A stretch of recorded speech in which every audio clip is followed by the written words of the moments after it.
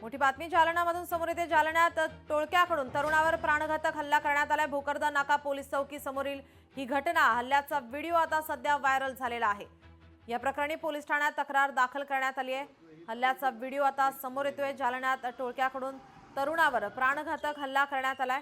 भोकरदन नाका पोलीस चौकी समोरील ही घटना समोर येते।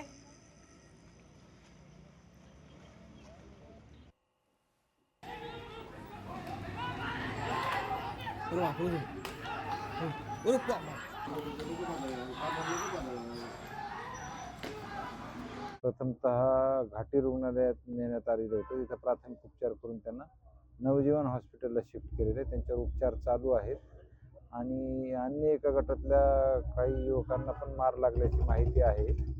तर दोन्ही प्रकरणांमध्ये आम्ही दोन्ही ठिकाणी आमचा फोर्स पाठवलेला आहे।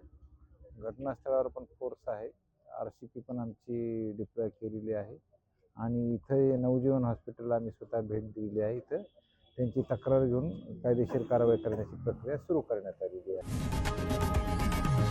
लोकशाही मराठी ऐका, पहा, जागरूक रहा।